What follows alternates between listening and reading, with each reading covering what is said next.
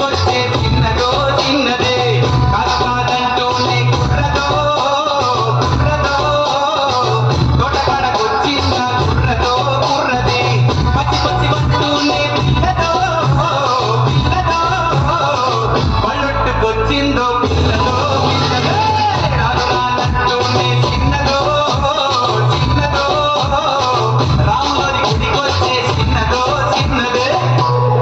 ఏం పొట్టు తీసుకొచ్చినావు అబ్బాయి?